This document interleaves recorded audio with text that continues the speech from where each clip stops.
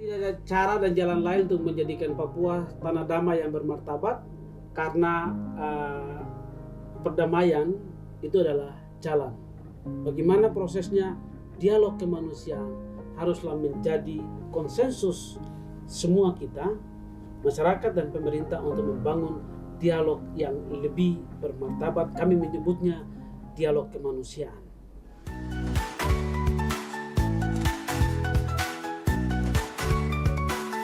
Selamat datang di Warkop Humas Presisi, ngobrol seru dan penuh inspirasi. Assalamualaikum warahmatullahi wabarakatuh. Salam sejahtera buat kita semua. Berjumpa lagi saya Kompol Nurjanah di podcast Humas Presisi. Saat ini kami mengundang salah satu tokoh Papua yang luar biasa. Bisa para sobat Polri melihat di depan sini telah hadir Ketua Perwakilan Komnas HAM Papua. Betul, Pak Fritz? Kepala ya? Oh, Kepala Perwakilan Komnas HAM Papua, Bapak Fritz Ramandai Esos MH. Wah, luar biasa. Bisa kita lihat Bapak Fritz ini tidak asing lagi bagi seluruh masyarakat di Papua, karena memang beliau bertugas untuk kasarnya dapat kita katakan bahwa membela atau mengakomodir hak-hak orang-orang Papua yang memang wajib dijunjung tinggi. Baik, Pak Fritz, selamat siang. Selamat siang. Sehat? Senang sekali berjumpa kamu setelah sekian lama di kampus biru. Sekarang berjumpa, kamu sudah berpangkat Kompol, luar biasa. Baik, Sobat Polri. Oh begitu ya, terima kasih. Sobat Polri, ini adalah merupakan teman saya sebenarnya. Kita sama-sama di kampus Tisitpol. Tahun berapa kawan? 99 ya.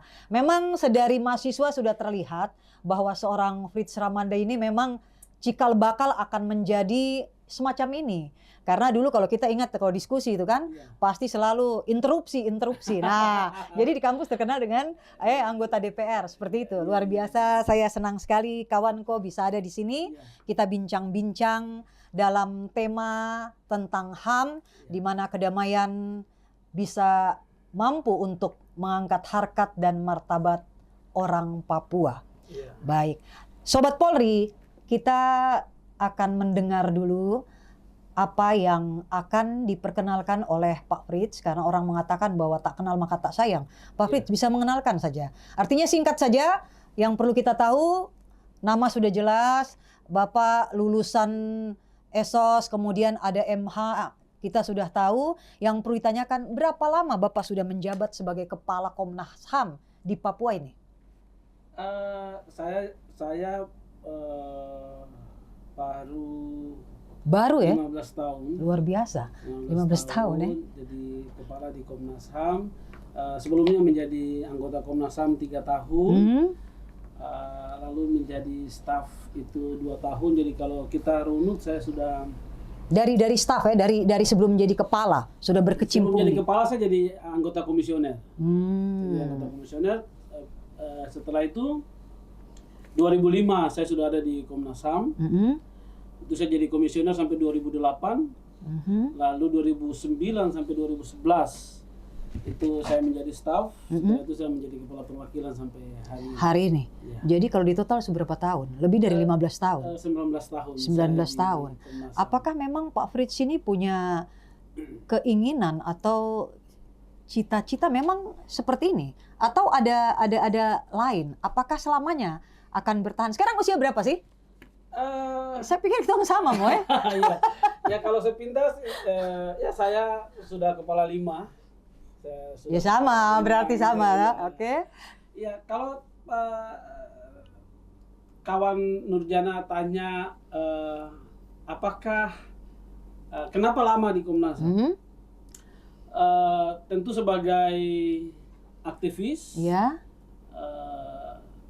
ini bukan soal pilihan, tapi ini soal panggilan. Luar biasa ya? Iya, bukan pilihan tapi panggilan. Karena pilihan itu berbeda konteksnya dengan panggilan. Panggilan itu bisa saja orang lain memanggil kita. Panggilan juga karena memang Tuhan itu memanggil kita dan menempatkan kita di situ. Jadi itu berbeda antara pilihan dengan panggilan. Kalau pilihan cuma dari kita begitu ya? Pilihan cuma dari kita. Itu. Jadi murni ini panggilan ya? Ini panggilan. Ini panggilan. Panggilan dari masyarakat Papua, panggilan dari Tuhan Yang Maha Esa, panggilan dari hati nurani, iya, semua. Panggilan pengabdian untuk masyarakat Indonesia itu yang paling penting, dan mungkin saya dipersembahkan dari keluarga Ramandai untuk bekerja di sini. Luar biasa, luar biasa. Terus lanjut, istri sekarang? Dulu sempat pacar dengan beberapa perempuan, tapi kemudian Tuhan mengaruniakan satu perempuan untuk saya menikahi. Iya, siap marga? Dia perawat. Dia perawat. Lalu dulu saya punya cita-cita kalau istri itu bukan perawat, dia pendeta. Kalau tidak ibu guru. Kok tidak diincar poluan ya? Tidak. Dan syukur saya dikasih yang perawat. Sesuai Dan keinginan. kami dikaruniai 6 orang anak. 2 anak saya juga jadi polisi. Wah, luar biasa. Itu. Yang satu di IPDN, yang satu sedang kuliah, yang 2 satu di SMA, satu di SMP. Total anak 5 berarti? 6. 6. Sebelumnya saya dengan istri bersepakat kalau tidak 7, 9. Kamu jadikan tim apa ini? Kenapa 9? Tapi kita bersyukur ya. Tuhan kasih 6 itu sudah, puji Tuhan. Luar biasa. Berarti memang bisa dilihat bahwa keluarga menjadi suatu hal yang paling penting, paling pokok dalam membantu atau menunjang peran Pak Fritz sebagai Koptumahas gitu ya. Saya dulu tentu Nur tahu di kampus saya pernah menjadi ketua Badan Perwakilan Mahasiswa. Betul.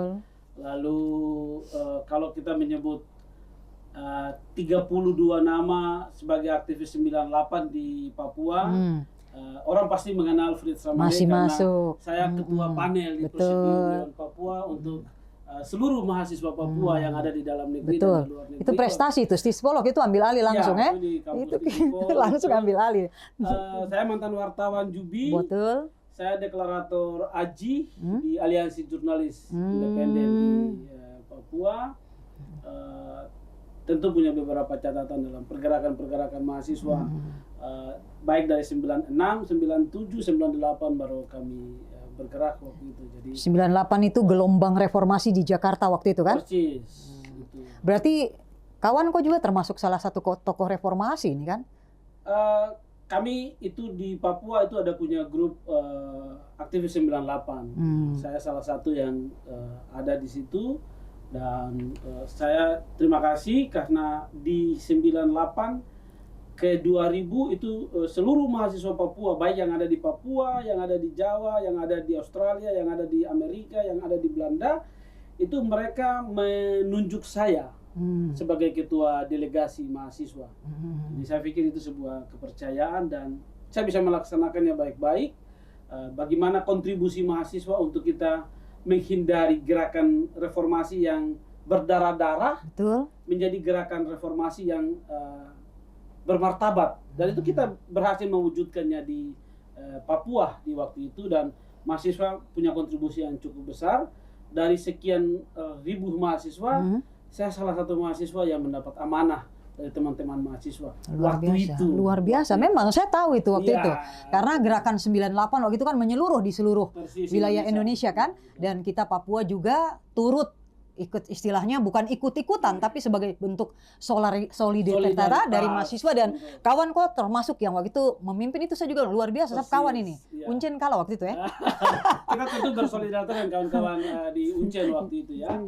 Ketua SMPT waktu itu adalah si Martinus Ferimun. Di waktu itu gerakan 98 kita tidak lagi ada dikotomi. Ini kampus Stisipol, benar. Semua bersatu langsung atas nama mahasiswa di Papua waktu itu kan? Oke. Baik, itu sudah salah satu yang melatar belakangi. Biar Sobat Polri tahu bahwa itulah seorang Fritz Ramandai. Tidak serta-merta dia menjadi Kepala Komnas HAM, tapi ada latar belakang. Dan memang sudah dari dulunya beliau merupakan satu aktivis mahasiswa di Papua yang memang berjuang dan mempunyai komitmen sampai sekarang ini Makanya kita lihat beliau masih saya undang dengan jabatan masih selaku Kepala Komnas HAM Perwakilan Papua. Betul ya? Terima kasih. Luar biasa. Kehormatan untuk Komnas HAM ya. Bukan kehormatan untuk saya, kehormatan untuk Komnas HAM. Kawan Kotip. Oke.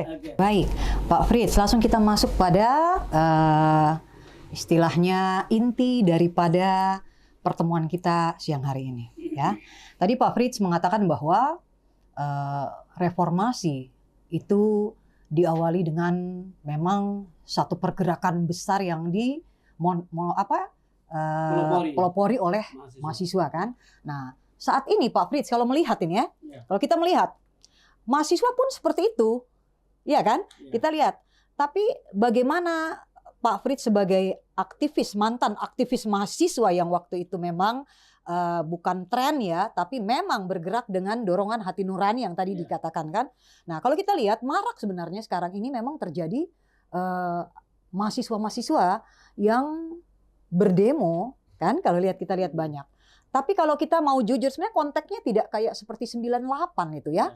Tidak bergerak secara mereka diwadahi atau suatu kekuatan yang memang dari sana istilahnya terorganisir dengan baik dan punya tujuan yang tadi Pak Fritz bilang bahwa menghindari terjadinya pertumpahan darah kan begitu kan, bagaimana untuk, tapi sekarang kalau kita lihat jujur, kita lihat di Papua demo yang diprakarsai oleh mahasiswa, kita tidak menyebut mahasiswa siapa, tapi sepertinya tidak lagi bermuatan nuansa-nuansa seperti yang model Pak Fritz punya 98. Boleh Pak Fritz memberikan gambaran atau mengapa itu bisa terjadi? Apakah cuma sekedar ikut-ikutan untuk menumpang istilahnya tenar dari satu kelompok, ataukah ada lain? Silahkan, mungkin kawan bisa kasih pendapat ini. Tentu gerakan 98 dengan pasca gerakan 98 itu berbeda. Kalau gerakan 98 itu ada kesadaran bersama ya. Kesadaran bersama dan menjadi sebuah gerakan nasional untuk merubah rezim pemerintahan yang cenderung koruptif, represif dan sedikit militeristik secara nasional. Sehingga ada kesadaran bersama yang dipelopori oleh mahasiswa untuk ada soft force, gerakan moral untuk merubah rezim. Sehingga itu secara nasional itu terjadi. Mahasiswa ada kesadaran, jadi begitu terjadi di Jakarta, semua kota-kota studi itu ada gerakan moral yang sama. Tuntutannya satu, mengakhiri tirani pemerintahan yang sedikit otoriter, koruptif dan militeristik dalam tanda kutip waktu itu. Karena di era itu adalah kita tahu bahwa rezim keamanan itu dia rezimnya rezim militer. Polisi masih ada. Memang saat itu kita masih menyatu kan? Sehingga kemudian peran-peran Kamtibmas itu diduplikasi dalam pendekatan militeristik. Nah itu berbeda ketika reformasi, polisi keluar dari barat, maka peran-peran Kamtibmas itu menjadi polisi, menjadi tanggung jawab polisi itu.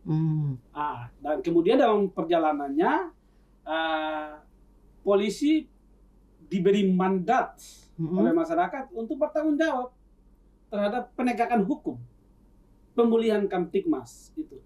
Bahwa polisi begitu keluar dari undang-undang militer, dari barak militer, dari barak TNI, dia menjadi organisasi sipil yang dipersenjatai. Polisi itu organisasi sipil, betul. Tapi dia dipersenjatai. Betul. Nah, karena itu kemudian polisi mengalami proses akulturasi yang kita kenal dengan apa?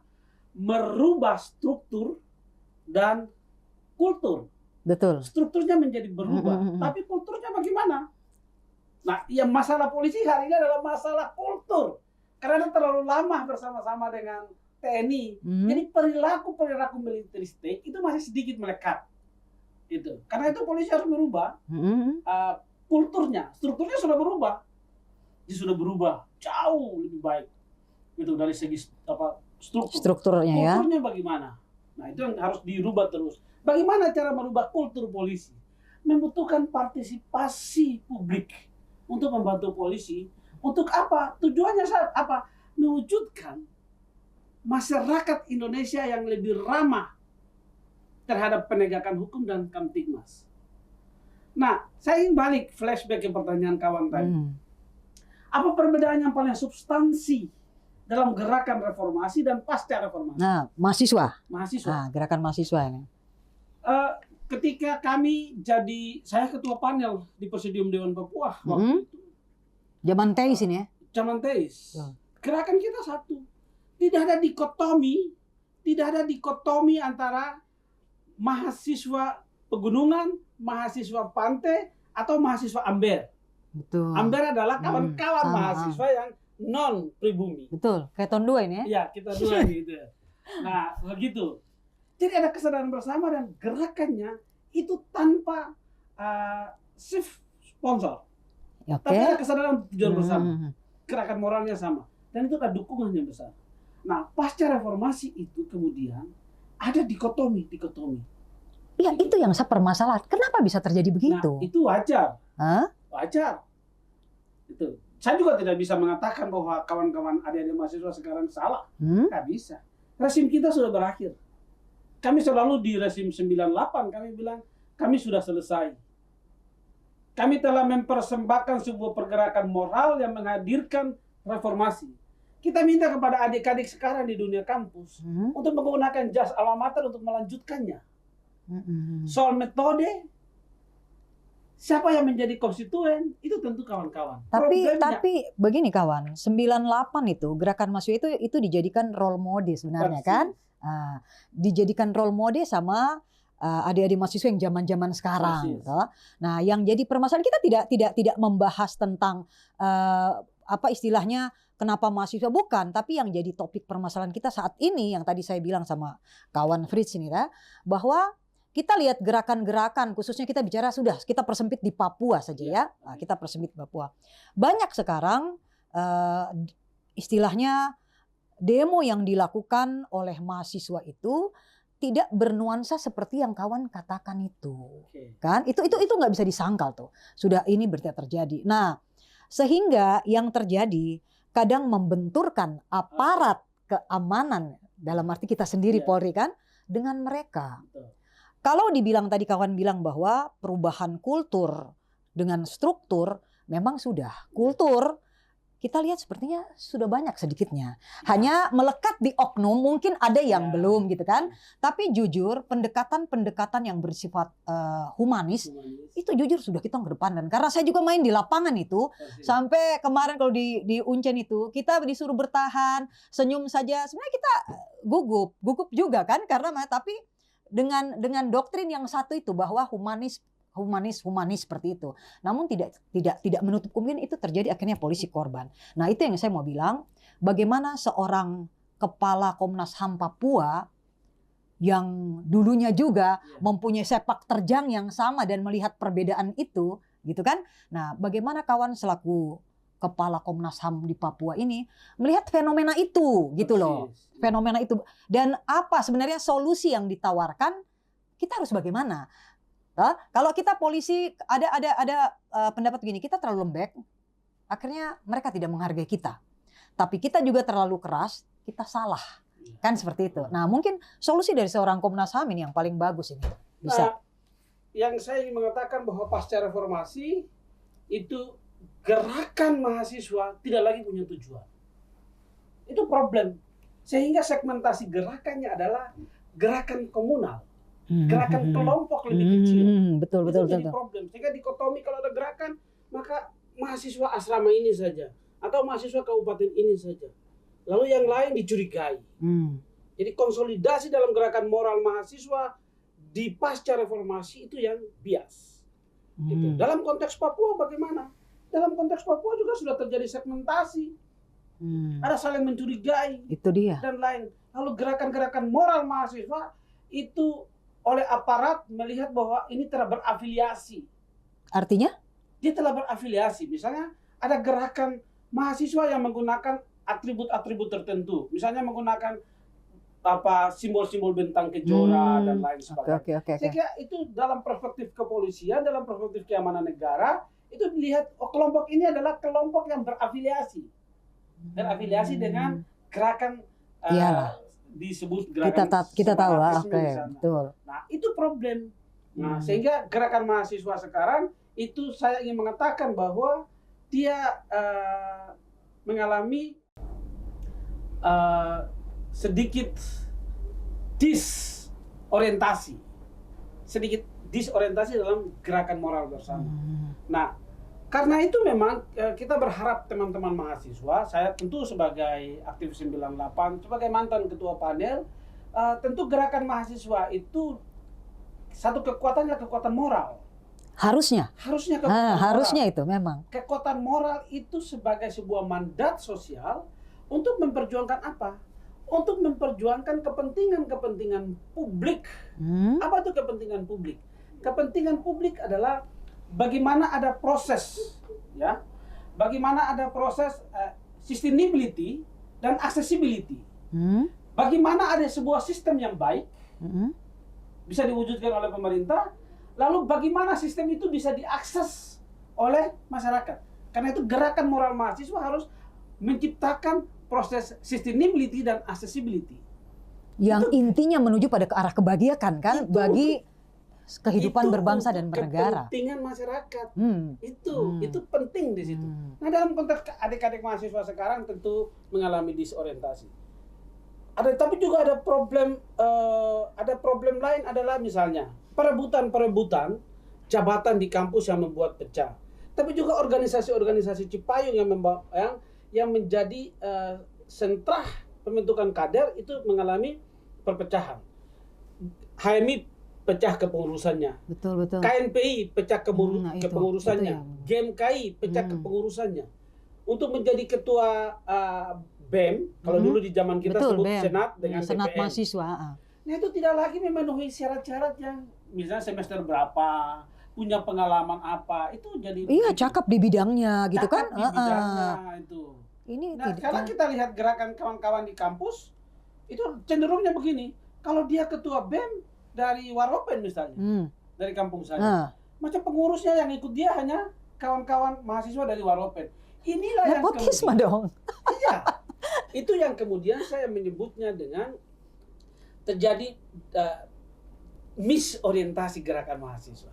Nah, disitulah yang kemudian dia justru mengakibatkan tidak bisa mewujudkan Papua yang damai. Itu lagi. Karena yang adalah sentimen kedaerahan, perjuangan-perjuangan komunal. Betul. Itu yang harus dirubah. Kelompok-kelompok itu kan. Ada itu kelompok-kelompok. Mungkin kawan bisa tawarkan sebenarnya solusinya bagaimana itu?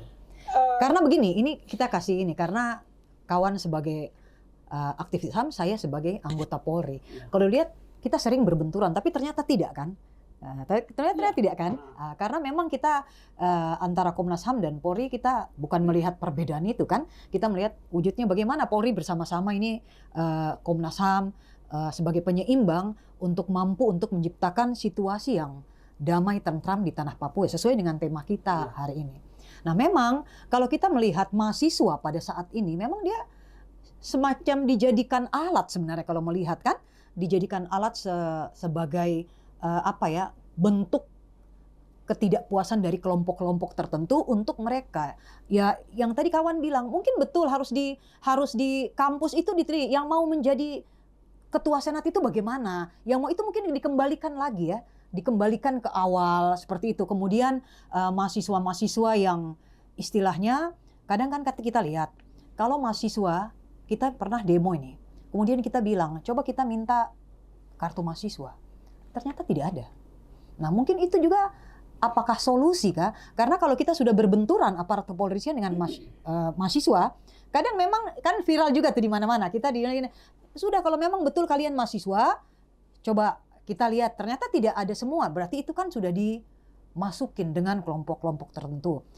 Kawan mungkin kok bisa kasih saran, ini nanti kita tayang nih Sobat Polri dimanapun pasti akan mendengar bagaimana seorang Fritz Ramanda memberikan saran yang paling jitu untuk kampus gitu loh.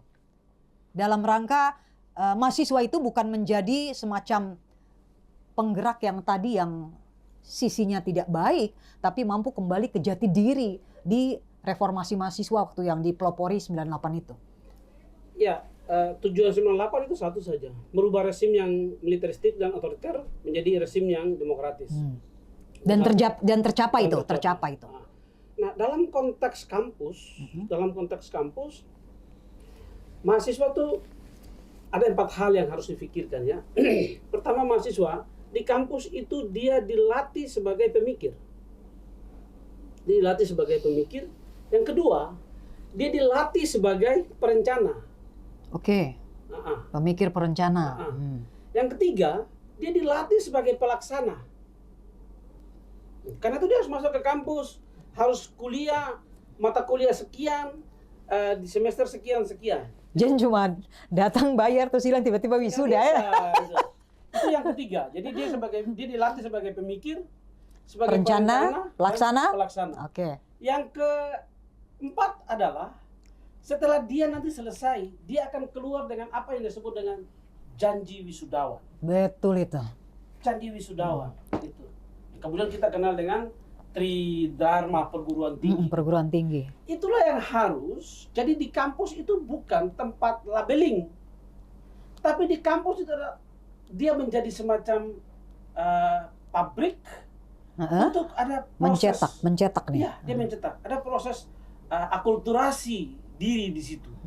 Itu membangun pengetahuan yang sistematis, kohesif. Nah, itu di situ. Jadi mahasiswa itu tidak bisa hanya asal-asalan saja. Kita menjadi aktivis yang matang adalah kita harus dilengkapi dengan pengetahuan yang cukup. Itu nggak bisa jadi mahasiswa tidak dilengkapi dengan pengetahuan. Lalu jadi mahasiswa abadi di kampus. Setuju. Nggak bisa gitu. Itu. Nggak bisa. Nah, karena itu yang harus pertama dibangun. Yang kedua, memang kita ada punya problem dalam kebebasan berekspresi. Ini yang jadi problem, benturan antara mahasiswa dan polisi. Tafsir pada apa? Tafsir pada Undang-Undang Nomor 9. Kebebasan berpendapat yang kebebasan berpendapat. Kalau kita baca secara runut di dalam undang-undang itu, memang orang mau menyampaikan pendapat itu ke polisi hanya pemberitahuan. Betul. Bukan izin. Hanya pemberitahuan kepada polisi. Jadi undang-undang itu tidak bilang orang mau demo minta izin polisi. No. Dia hanya bilang pemberitahuan. Tapi ingat, di dalam pemberitahuan itu harus dilengkapi dengan syarat. Betul. Kita mau demo kemana? Siapa pemimpinnya? Siapa penanggung tujuannya jawabnya? untuk Alat peraganya apa? Betul. Jamnya apa? Ini juga yang harus dilengkapi oleh mahasiswa atau kelompok yang mau demo. Gak bisa pemerintah, karena harus dibaca lengkap itu bunyi undang-undang itu. Seperti yang kita bilang, betul memang hanya pemberitahuan, tapi dilengkapi supaya apa? Polisi tahu ini orang mau demo di sini. Jangan kita memperjuangkan HAM tapi melanggar HAM orang lain. Kita mau demo, kita tutup jalan. Ada ibu hamil di belakang sini harus mau dibawa ke Dok 2, tapi karena tutup jalan tidak bisa, orang ini sakit parah ini. Sama-sama kepentingan umum yang tidak boleh diganggu kan? Polisi atur, kamu demo tapi jangan tutup jalan. Nah, kamu lewat di sini. Karena polisi punya tanggung jawab untuk menjaga Kamtibmas itu, tapi juga sekaligus memfasilitasi para pendemo untuk kasih tahu kepada siapa yang mau disampaikan aspirasinya. Itu 2. Yang ketiga adalah gerakan moral mahasiswa jangan menjadi gerakan dikotomi. Dikotomi ambek, kamu amber, kamu tidak bisa. Kamu pantai, kamu tidak bisa. Kamu gunung, kamu nggak bisa. Kalau gerakan mahasiswa sudah lebih pada gerakan dikotomi, perjuangannya menjadi perjuangan yang hampa. Tentu sebagai aktivis, kalau mereka tanya, kau siapa? Saya Fritz Ramandai. Saya ketua panel. Saya sudah menulis 21 buku. Betul. Saya juga menulis buku tentang gerakan mahasiswa tanpa angkatan. Gitu. Terinspirasi dari mana itu? Karena itu bukti pertanggungjawaban saya sebagai seorang aktivis, gitu ya? Sebagai pemimpin mahasiswa. Luar biasa menarik ya, gerakan mahasiswa tanpa angkatan. Saya ingin mempersembahkan kepada adik-adik saya sekarang. Ini loh, gerakan kami dulu ini, kamu silakan baca. Jadi sebuah dokumentasi yang kita memberikan kepada itu mereka. Hanya dipelopori dengan moralitas yang pada satu tujuan yang tadi kawan bilang itu ya. Saya juga sudah menulis buku tentang polisi di era Otsus. Saya pernah dengar itu. Iya. Itu. Saya ingin menulis buku, saya sudah menulis buku itu, polisi di era Otsus. Bagaimana anak-anak Papua yang dari SMA atau perguruan tinggi jadi polisi di era Otsus.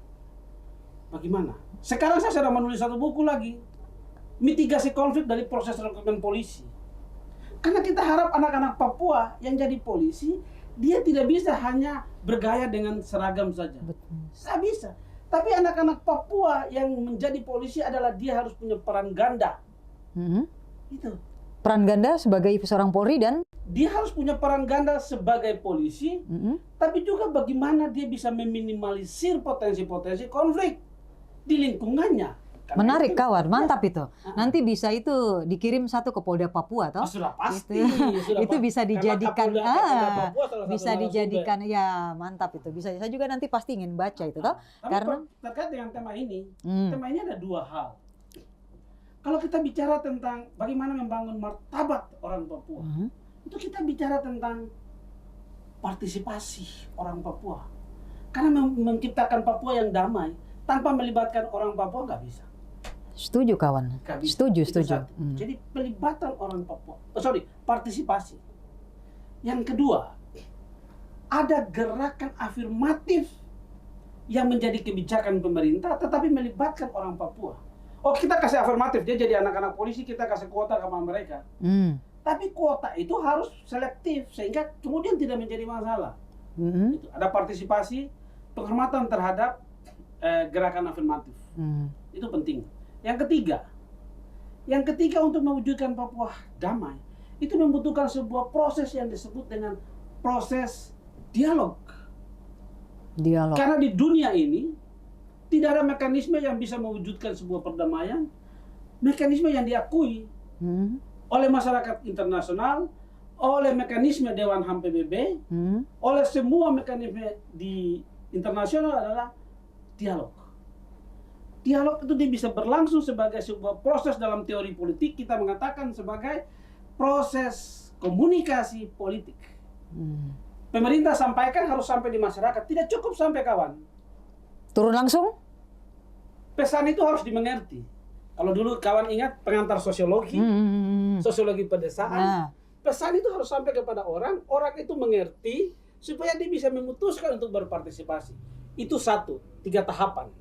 Yang kedua, siapa aktor untuk mewujudkan Papua yang bermartabat? Satu adalah orang Papua sendiri yang ada di Papua. Yang kedua adalah orang Papua yang ada di diaspora.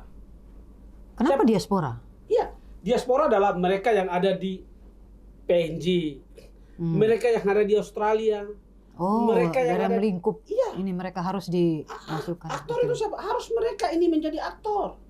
Lalu yang ketiga siapa? Pemerintah. Itu harus menjadi aktor. Itu. Ini 3 aktor ini harus menjadi penting untuk mewujudkan 3 kerangka tadi dalam rangka mewujudkan kedamaian di di tanah Papua, Papua ini. Begitu. Baik, luar biasa, menarik. Baik, kita sudah sampai di sesi-sesi yang terakhir nih, tapi menarik sekali pertanyaan-pertanyaan dan jawaban dari Pak Frits berikan itu luar biasa. Semoga nanti Sobat Polri bisa mengambil pelajaran dari apa yang disampaikan oleh seorang Kepala Komnas HAM di Papua. Jadi apa yang disampaikan kita masuk di ruangan podcast ini, penerangan masyarakat yang kita sampaikan kepada masyarakat tentunya berimbas baik kepada masyarakat. Jadi pembelajaran, khususnya dengan segmen tadi yang mengenai mahasiswa, kita harapkan mahasiswa bisa bercermin atau menjadikan ini sebagai role model dalam kehidupan berbangsa dan bernegara. Dengan tujuan apa yang dilakukan seorang mahasiswa itu memang bermuatan moral demi kemajuan bangsa dan negara, itu kan? Itu konteksnya seperti itu. Baik Pak Frits, ini bisa kita katakan detik-detik terakhir ini ya. Detik terakhir, pertanyaan terakhir lah. Oke, kita tadi sudah lingkup khusus, sekarang kita masuk pada skup yang lebih umum. Kita melihat bagaimana kita menciptakan kedamaian di tanah Papua ini sesuai tema untuk mengangkat harkat dan martabat orang Papua. Tadi kawan sudah mengatakan bahwa yang tadi ada beberapa faktor yang harus kita laksanakan tadi kan. Nah ini kita agak masuk lagi yang lebih umum nih. Kita masuk lebih umum. Bahwa Papua ini saat ini, Papua itu kalau dilihat dari saya membaca beberapa buku bahwa kekerasan-kekerasan yang terjadi di Indonesia itu paling banyak memang di Papua. Dalam kurun waktu 2024 saya mendapat ini istilahnya referensi bahwa di Papua Tengah. Kita bicara Papua Tengah ini, karena saat ini kan Polda sudah pecah juga, ada Papua Tengah udah terbentuk. Nah ini kita langsung masuk bahwa di Papua Tengah, khususnya di Puja itu ada 13 kasus. Kemudian Paniai 12 kasus. Nah kasus ini itu memang sudah berbenturan dengan sekelompok organisasi yang dikatakan KKB lah. Ya, seperti itu. Dan kalau kita melihat apakah Pak Fritz setuju bahwa KKB itu memang sudah dikatakan, sebagian ahli mengatakan bahwa itu adalah teroris. Bapak sebagai kepala Komnas HAM, apakah Bapak melihat itu juga sudah menjadi semacam teroris atau ada pendapat lain? Karena kalau saya mengutip di sini dari beberapa ahli tentang KKB, saya ambil Pak Profesor Mahfud lah, ya. Ini mengatakan bahwa setiap gerakan yang mengancam keselamatan bangsa dan negara direncanakan dan bersifat menggerakkan, terorganisir itu dapat dikatakan sebagai teroris. Silakan mungkin Bapak kasih pendapat dan gambaran lah. Ya, ini pertanyaan yang menarik dan pernyataan Mahfud itu telah menjadi sebuah diskursus di Indonesia. Dan itu menarik perhatian berbagai negara. Amerika Serikat, Australia, Inggris. Mereka kemudian melihat ada labeling bagi kelompok sipil bersenjata organisasi Papua Merdeka yang dilabeling oleh Pak Mahfud waktu itu. Komnas HAM salah satu lembaga yang kemudian tidak sependapat. Tidak sependapat dengan pernyataan Pak Mahfud. Dan kita juga berterima kasih kepada polisi. Karena polisi tidak menggerakkan satuan Densus 88 untuk merespon. Itu polisi benar. Karena kalau polisi merespon pernyataan Pak Mahfud, Prof Mahfud, saya kenal baik. Saya sering berkomunikasi. Dan saya juga menyampaikan pendapat kepada Prof. Prof ini sangat membahayakan. Karena kalau kita melabeling kelompok sipil bersenjata yang tergabung dalam organisasi Papua Merdeka itu sebagai kelompok teroris, maka itu kita mengundang intervensi internasional untuk masuk. Karena kalau dia dikualifikasi sebagai kelompok teroris, maka teroris adalah kejahatan global yang memungkinkan adanya intervensi internasional. Jadi polisi benar. Polisi tidak menggerakkan Densus, itu polisi benar. Karena apa? Berarti yang tadi kawan bilang kultur itu sudah berubah itu Polri itu. Sudah berubah, itu sudah betul. Karena itu sangat membahayakan. Jadi ketika kami tolak, lalu saya ada menulis buku. Membuka ruang membangun dialog. Saya datangi 13 markas TPN OPM yang disebut oleh polisi dan TNI, kalau polisi menyebutnya KKB. Saya bertanya dengan mereka. Memang dari aspek tindakan, misalnya membunuh pilot, menyandra pilot, mengancam kepentingan publik, menyebarkan. Karena unsur dari gerakan teroris atau radikalisme adalah satu yang menunjukkan itu adalah menyebarkan teror. Itu masuk. Organisasi ini punya struktur, itu masuk. Tapi yang harus diingat bahwa ini organisasi gerakan violence untuk pembentukan nation state. Artinya? Ini gerakan politik, gerakan kekerasan untuk membentuk negara merdeka. Dan itu sudah jauh sebelum Pak Mahfud keluarkan ini sudah ada. Tunggu kawan, saya tanya, apakah gerakan KKB yang di Papua ini sama dengan GAM di Aceh? Sama. Sama ya? Ya, sama. Nah, tapi ingat, dia ini kenapa tidak ada satu unsur dan tidak memenuhi syarat sebagai gerakan teroris? Karena dia bukan gerakan global. Memang.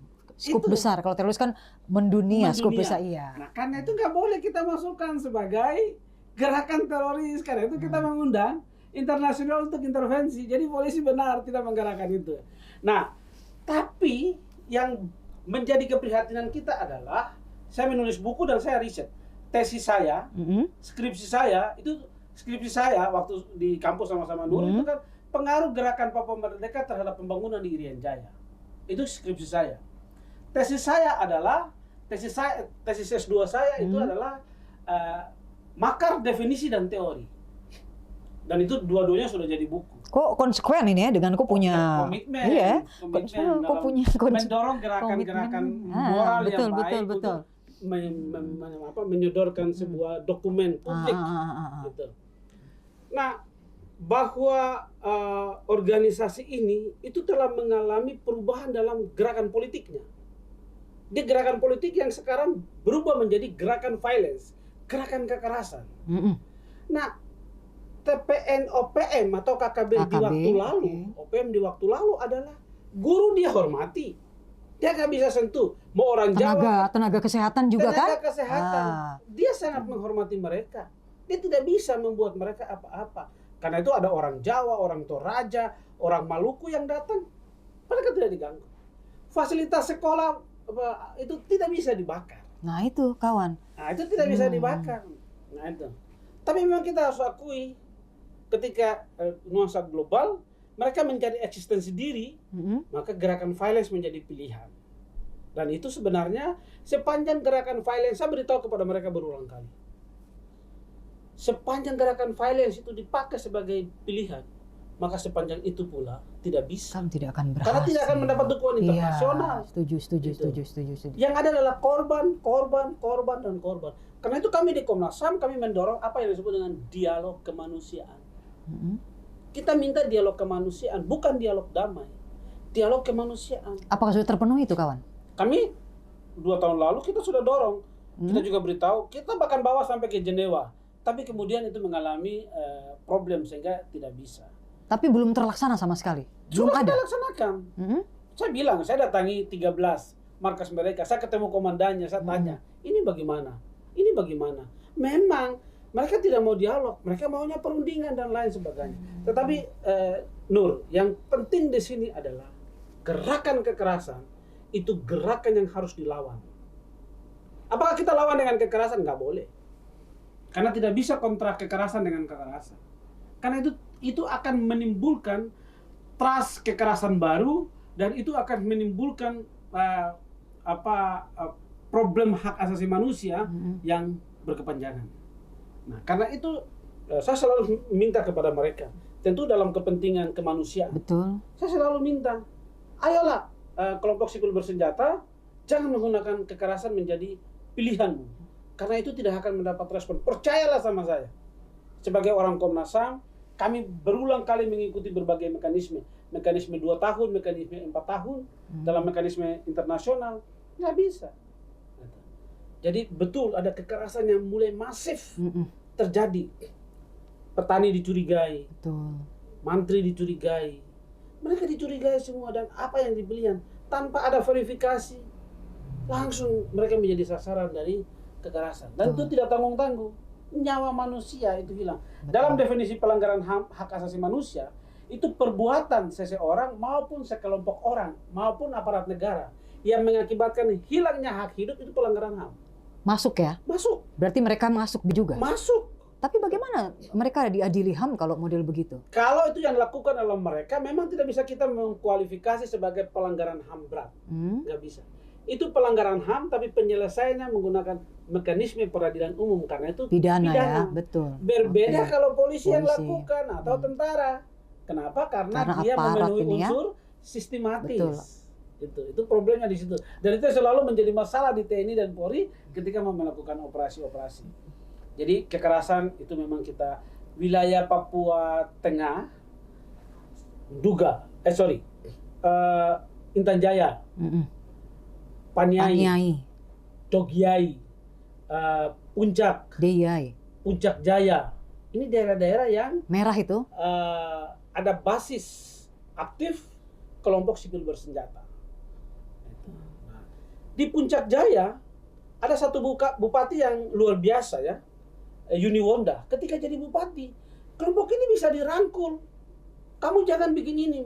Begitu mereka lakukan gerakan-gerakan ini, dia menerapkan kearifan lokal, sanksi.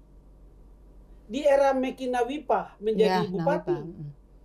Bagaimana Enaro Tali yang dulu menjadi basis itu bisa didekati dan penyelesaiannya betul. Kita membutuhkan pemimpin politik yang bisa mengedepankan proses kearifan lokal, pendekatan itu ya. untuk membangun. Mereka yang paham ya. Yang Emang membangun setuju. dialog. Tapi menarik ini kawan. Ini sedikit tadi kawan mengatakan bahwa gerakan-gerakan mereka apapun itu kalau memang sudah berbau violen kekerasan itu tidak akan tercapai. Betul. Gitu kan. Itu memang itu kita sudah melihat memang seperti itu dan tidak akan mengundang simpati dari siapapun kan, malah marah. Tapi yang menarik kita tidak usah pura-pura tidak tahu. Kita tahu bahwa kadang kelompok-kelompok itu dijadikan alat sama sebagian oknum-oknum. Itu menurut kawan bagaimana itu ya? Ini menarik. Dijadikan, dan kita tahu sebenarnya sebagai anggota Polri, sebagai kepolisian, tahu gitu kan. Iya. Tapi kembali lagi bahwa kita menerapkan yang tadi tuh. Iya. Kita antara kepentingan umum, orang banyak dengan satu saja seperti ini, kita harus mengalah karena tugas Polri adalah sebagai pemeliharaan Kamtipmas. Betul. Kalau kita bisa menutup mata untuk suatu tindakan yang kecil itu demi untuk yang besar, kenapa tidak gitu kan? Iya. Tapi dari sisi pandangan kawan bagaimana itu dengan yang seperti itu? Kelompok sipil bersenjata ini mereka terafiliasi dalam tiga kelompok. Ada satu kelompok sipil bersenjata yang betul-betul secara ideologi. Itu ada, ya. Yakin. Ada satu kelompok yang memang sengaja dibentuk untuk dua kepentingan. Ada kepentingan politik, Betul. suksesi dan lain sebagainya, pemilihan-pemilihan kepala Itu daerah. sudah. Terus ada satu kelompok untuk kepentingan bisnis. Bentukan-bentukan berarti ya. Bentukan. Jadi kalau BPK pemeriksaan, kalau kita Sengaja dong BPK tidak berani datang. Jadi Nah itu berarti itu tidak luput dari pemerhati HAM ya, itu ya. Masuk di dalam kalau polisi menyebutnya sebagai ANEF. Kalau kami menyebutnya sebagai DIF. Nah itu kalau polisi Tapi melihat begitu ada tindakan yang dilakukan Komnas HAM. Kami bilang kepada para Kapolres, kami bilang kepada Kapolda, para Kapolda, ini harus segera diakhiri. Kalau dibiarkan ini akan terus menerus. Jadi yang begitu harus diambil lagi sih. Dan kita terima kasih sekarang ada satuan yang kita sebut dengan Damai Kartes. Menurut catatan kami operasinya sudah cukup baik, paling tidak mulai terukur. Iya. Jadi tidak seperti satgas-satgas yang lain. Betul. Pokoknya main sikat. Satgas Damai Kartes sudah mulai terukur operasinya, siapa, dia sudah memprofiling, dan itu menjadi pentingnya harus dibangun polisi untuk pendekatan keamanan yang lebih strategis. Saya pikir ini yang menjadi penting untuk mewujudkan Papua Tanah Damai. Karena pemekaran wilayah itu berkonsekuensi memperluas jaringan kejahatan, jaringan kekerasan. Siapa yang bertanggung jawab di situ? Pemerintah daerah menjadi leading sektor, polisi. Kembali lagi Polri ya. Itu punya tanggung jawab. Karena itu kita butuh polisi-polisi yang tidak hanya menjadi polisi, tapi polisi-polisi yang memiliki keterampilan. Karena keterampilan dengan pengetahuan itu berbeda. Dia secara teori dia pintar, tapi kalau dia tidak memiliki keterampilan nggak bisa. Saya setuju. Polisi, adik-adik kita ini, kalau dia tuh kan mediator negara, begitu dilantik pakai pangkat dia mediator negara. Beda dengan saya. Saya itu perlu ada sertifikat dari Mahkamah Agung, baru saya boleh jadi mediator di pengadilan. Polisi tidak perlu butuh, karena begitu dia dilantik sebagai polisi, dia mediator negara. Itu. Dia punya kewenangan langsung. Langsung melekat itu ya. Tapi itu yang saya bilang, secara pengetahuan dia tahu. Tapi kalau dia tidak punya keterampilan untuk bagaimana menjadi seorang mediator, itu problem. Itu. Betul kawan, memang. Baik, terima kasih Pak Fritz. Di akhir bincang-bincang kita ini yang menarik ini, tentunya memang kita mengharapkan sekali bahwa apa yang disampaikan oleh Kepala Perwakilan Komnas HAM Papua ini dapat disimak baik-baik, didengar dan dijadikan semacam referensi bagi Sobat Polri dimanapun berada. Dan satu tujuan kita demi kedamaian di tanah Papua tercinta ini. Oke, di akhir acara ini saya minta closing dari Pak Fritz. Silahkan. Hanya tidak ada jalan menuju kedamaian untuk menciptakan Papua menjadi tanah damai, karena tanah damai itu jalan.